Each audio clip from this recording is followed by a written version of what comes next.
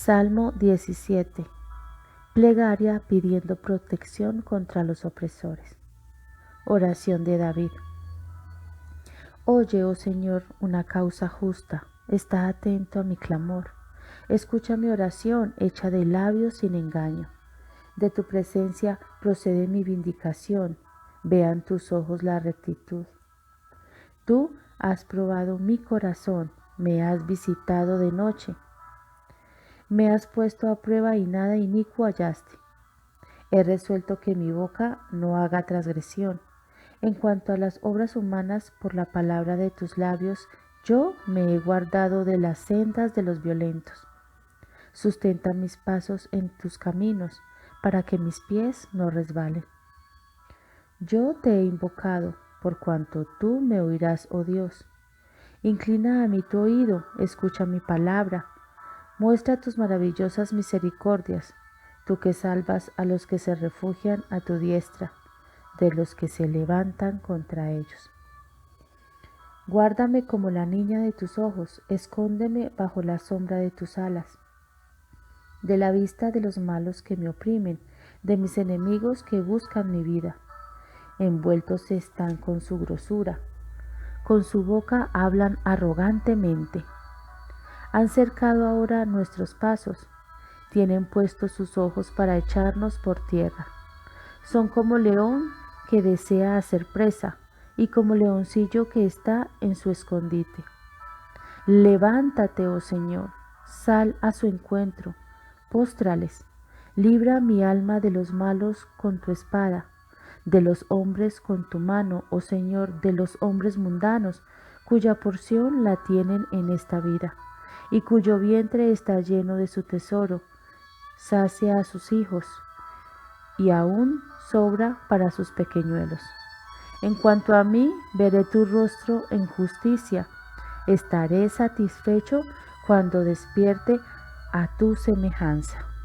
Amén. Buenos días al grupo de Efesios 2, 8 y 9, a los que están escuchando por YouTube. Como todos los sábados tenemos por costumbre leer un salmo. Hoy le ha tocado a la hermana Diana lecturar el Salmo 17. Muchísimas gracias a la hermana Diana por lecturar el Salmo número 17. Vamos a proceder a dar una pequeña explicación sobre este Salmo. No voy a dar la estructura del Salmo por cuestiones de tiempo, cómo está dividido. Bueno, vamos a ir al punto. El Salmo 17 se cree que está basado casi siempre en la persecución que hacía Saúl, aunque acá no lo dice, pero es donde David tiene que huir al desierto, ¿no? Al desierto de Mahón, y en 1 Samuel 23, 25 al 26. Bueno, pero lo que vemos en este salmo es una oración que él está pidiendo ayuda o él está acudiendo o él está haciendo una apelación a la Corte Suprema de Dios. ¿Quién es? Porque Dios es el que juzga rectamente. Entonces él acude, incluso en Deuteronomio 1.16 cuando le dice que juzguen rectamente. Bueno, ¿por qué? Porque él es el que juzga rectamente. Entonces él apela a aquel que juzga rectamente. ¿Quién es? Dios. Y él hace un contraste entre la vida impía y la vida de él, la vida impía de los que los persiguen. Y él está diciendo que él es justo. Bueno, este justo no significa que él no tiene pecado, como he explicado en los otros salmos, sino que en el asunto que a él se lo está persiguiendo, él está diciendo que él es inocente en esto. Entonces está implorando que lo rescate, acude en auxilio al Señor. ¿Para qué? Para que Él lo reivindique, bueno, busca la reivindicación de Él, o que lo vindicar sería como cuando alguien lo defiende de algo que una persona, vamos a decir, se lo culpa, o sería exculpar, por la palabra, a una persona cuando injustamente se lo ha acusado o es atacado por algo. Eso es lo que está, porque él es justo. Entonces quiere que declare en público la inocencia de él. Eso es sencilla palabra, porque él es justo. Declárame en público que yo soy inocente. Y eso no se olviden, porque eso he hablado dentro de un rato. Él está diciendo, vindícame, declárame inocente, escúlpame. ¿De qué? Declárame a mí en público que soy inocente. ¿Por qué? Porque tú has visto que soy inocente en esto, que se me acusa, y he cumplido todos los mandatos, no he limitado. Por supuesto, David era pecador. Lo que quiero yo apuntar más adelante es que solo hubo alguien nada más que fue perfecto. ¿Quién fue? Fue el Señor Jesucristo. Solamente Él fue el que fue justo. El Señor Jesucristo fue, vamos a decir, declarado justo. Primera Timoteo 3, versículo 16, en el misterio de la piedad, dice, Dios fue manifestado en carne, justificado en espíritu. ¿Cómo justificado en espíritu? Cristo. Acuérdense que fue como acá, como David también. David, podríamos decir que es un tipo de Cristo, mostrando, David fue, antes de reinar, fue declarado de cosas, lo persiguieron. Bueno, antes de subir al cielo, el Señor Jesucristo lo mismo, fue perseguido por los enemigos, fue injuriado, fue acusado y lo querían matar. David lo mismo, estaba pidiendo eso, pero dice justificado en espíritu, 1 Timoteo 3, dice, ¿cómo justificado en espíritu? Porque fue declarado inocente el Señor Jesucristo. Y acá vemos un poco el reflejo de esa sombra tipológica de lo que sería el Señor Jesucristo, con lo que Cristo obraba también, y él fue declarado justo, podríamos decir vindicado el Señor Jesucristo, el Señor al resucitarlo, el Padre, como dice, el cual fue entregado por nuestras transgresiones y resucitado para nuestra justificación. Entonces, cuando Él fue declarado inocente, Él, en base a Él, que es el cabeza federal, nosotros también somos hallados justos. ¿Ven? Cuando nosotros nos concentramos solamente en los problemas de acá o nuestra vida nada más momentánea, nuestros ojos no van mucho más allá de acá de la realidad de este mundo. Pero debemos orar y acordar, no sacar más allá de los problemas que tengamos, porque esto cualquiera puede agarrar un salmo, un texto bíblico y hacer podríamos decir, una prédica, un devocional humanista, o dar una palabra de aliento que no está mal, que dice, no te preocupes, mira cómo fueron perseguidos, y podés irte a Job y mostrar cómo Job fue perseguido y sufrido, tenés que soportar, pero tenemos que ir más allá, tenemos que encontrar a Cristo en las Escrituras, y acá es esto, Cristo vemos cómo fue justificado, y acá como David también estaba orando. Esa es la idea que quería transmitir yo, esa reivindicación y justicia que David estaba clamando. Bueno, el Señor Jesucristo lo vemos lo mismo, y gracias a Él que el Padre lo levanta, como dice 1 Timoteo 3:16, que fue justificado en espíritu, gracias a Él que nos ha representado y lavado con su sangre y ha resucitado, que nosotros somos hallados en el día del juicio. Cuando usted clame, puede tener muchos problemas ahora, pero le puedo asegurar que en el día del juicio usted va a pedir, defiéndeme, y en ese día va a salir el Señor Jesucristo. Trate de concentrarse en eso. Acá David está apelando, acá en el Salmo, dice a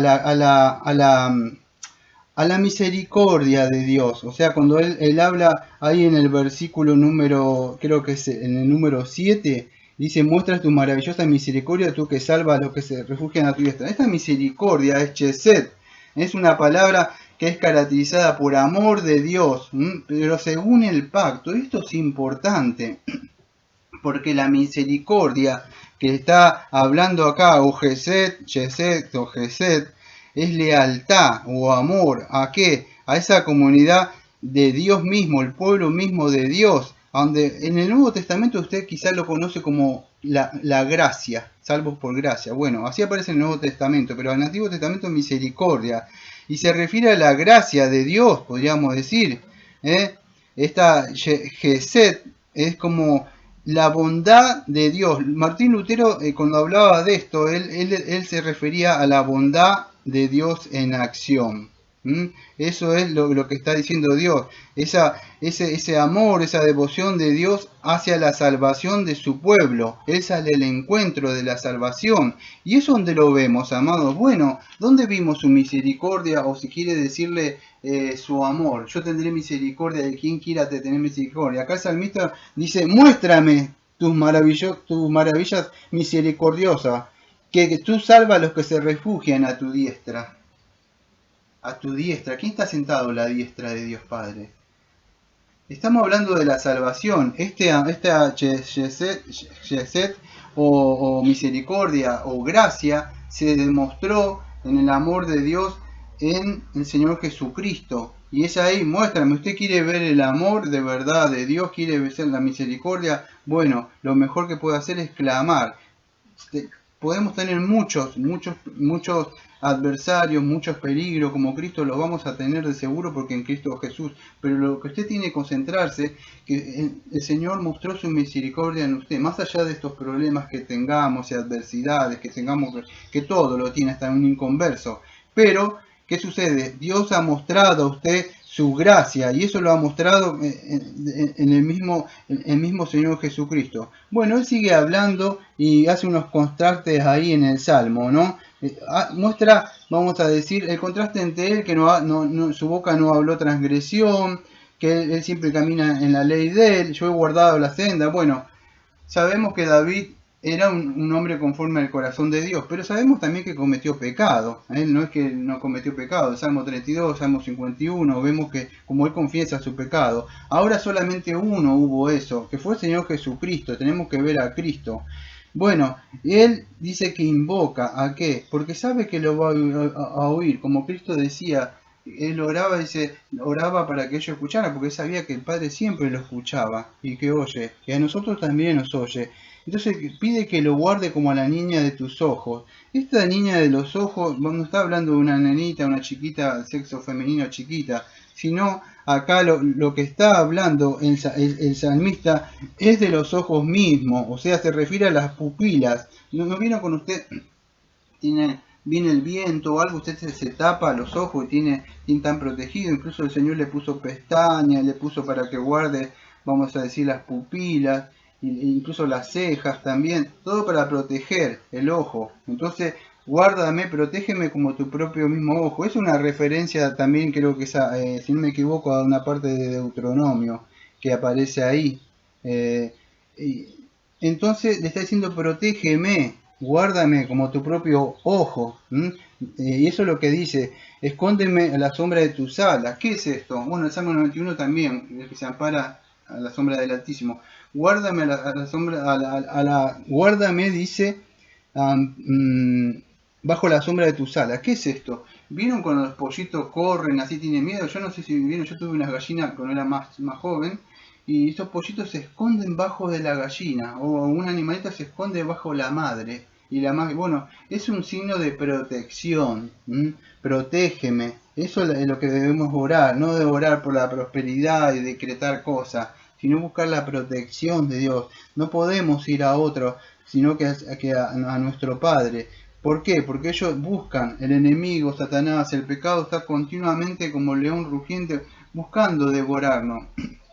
Entonces debemos orar.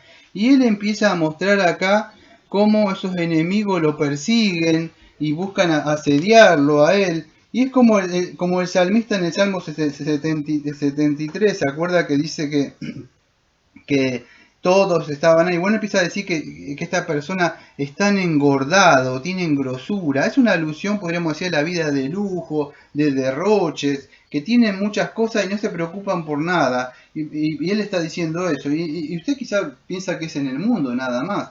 Pero en la iglesia, en Santiago capítulo 5, versículo 5, dice, has vivido en deleite sobre la tierra y sido disolutos, habéis engordado vuestros corazones como el día de la matanza. En el Antiguo Testamento pasaba lo mismo, y a veces en la iglesia primitiva pasaba lo mismo, y pasaba lo mismo.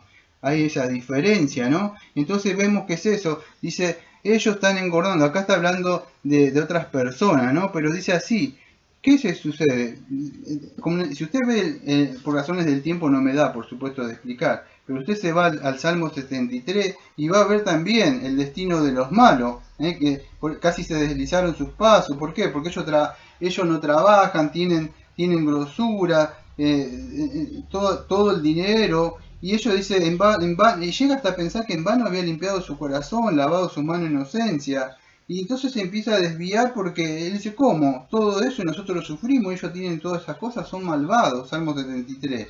Pero que fíjese como cuando él cambia su pensamiento, cuando en el versículo 25, cuando dice, ¿a quién tengo yo en los cielos sino a ti? Y fuera de ti nada sea una tierra, mi carne, mi corazón desfallece, más la roca de mi corazón y mi porción es el Señor para siempre. Entonces así, no poner los ojos como el salmista que estaba poniendo los ojos acá, que en la prosperidad de los malos. Amado, la prosperidad de los malos podríamos decir como la gracia común que Dios le da. Incluso a veces le da muchas de esas cosas para que no lo busquen a Él, no necesiten. Y esto a veces la carencia de cosas hace que busquemos a Dios, hace que no nos centremos en este mundo. Porque yo he visto muchos cristianos incluso que viven, gracias a Dios le ha dado cosas y viven muy cómodos y muy prosperados y muy tranquilos, viviendo una vida común. Y otros se centran mucho en este mundo y a veces empiezan a tener, dice, Dios me ha prosperado, decía Israel. No es que te ha prosperado, Dios te ha prosperado solo, te has concentrado mucho en las cosas del mundo para tener cosas pensando que te prospero yo y te has descuidado tu alma. Entonces hay que tener cuidado en esto. Centrarnos en lo que hemos tenido en el Señor Jesucristo, en esa justicia. A veces nosotros se nos acusa de algo y incluso no tenemos la culpa, como Job podríamos decir, y somos hallados inocentes, pero debemos a orar o acordarnos de la vida de aquel que fue